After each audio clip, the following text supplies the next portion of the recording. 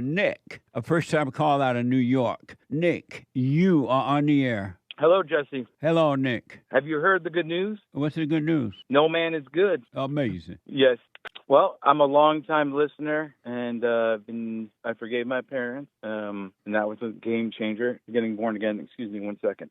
And the reason I called in was just a couple things to say thank you, because I share you with anybody I can think of to help them start to wake up, get out of the false reality that we live in our egos. And I just got to say, it's been an amazing journey to sort of shed all that stuff through forgiving, be able to deal with people's wickedness, and then just kind of become nothing. Everything I held on to in life always led to suffering when I made it too important. And when I followed your advice to forgive, that is a real thing. It started me on that journey to separate from the wickedness that was living in me. So I want to say thank you for that. And when you the reason stay I called with was it gets better, man. Stay with it. Thank you. Yeah, it really does.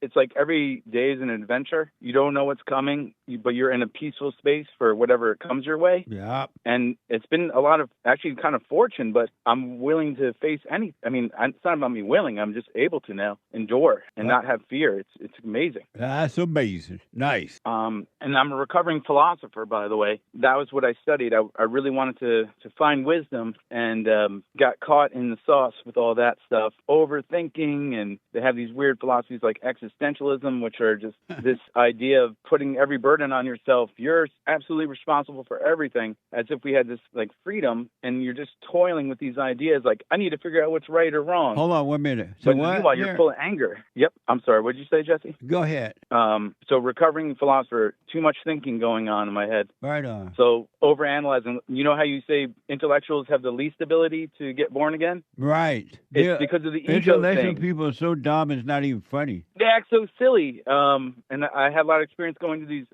philosophy conferences, and the people there are so angry. Yeah. It's always about, it's kind of the similar thing we see in the universities where people are finding reasons to freak out, being fed injustices, and they're worrying about everybody else. Then they end up becoming what they hate, like you say. And you hate one, you love none. Right. And that is a fact I'll take to the grave, which I have no plan in dying. I always use that line because you use it.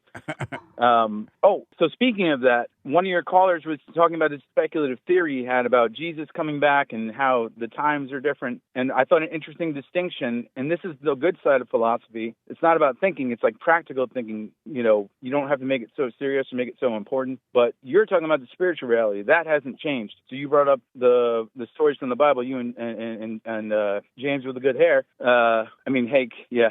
The guy with the good hair. Amazing. Yeah, he has great hair, man. I mean, he always brushes it, too. That's always a plus. You gotta look sharp if you're going to go to Jesse Lee Peterson radio show. Everybody needs to pay attention to hate hair. It's amazing.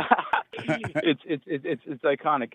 So this dividing, don't worry about what's going on today as much. You shouldn't be worrying, first of all. And you want to speculate about things, that's fine. But culture changing and the different nations that there are, different peoples, and the world's always going to have infinite changes. But the spiritual reality stays the same. So what you were saying makes sense. You just say, all right, well, you're trying to speculate things about the world and take them as signs and interpret them. But why put that burden on? Just be in the moment. Yeah. And the same spiritual reality where you have absence of hate, then you'll reduce the wickedness. Well, God will reduce it through us, right? Yes. Or is he working through us when we make that choice, Jesse? Is God working through us? Well, when you stop hating, yeah. I mean, it could happen unless he worked through us. We can't do it on our own. Right. Of ourselves, we can do nothing. Right. And that's the other thing. Why do we always think we're so important? That seems to lead to all the wickedness. We always hold on to something like, I'm in a family business. And when we disagree in the family business, then that demon pops right up, or the thought in the form of a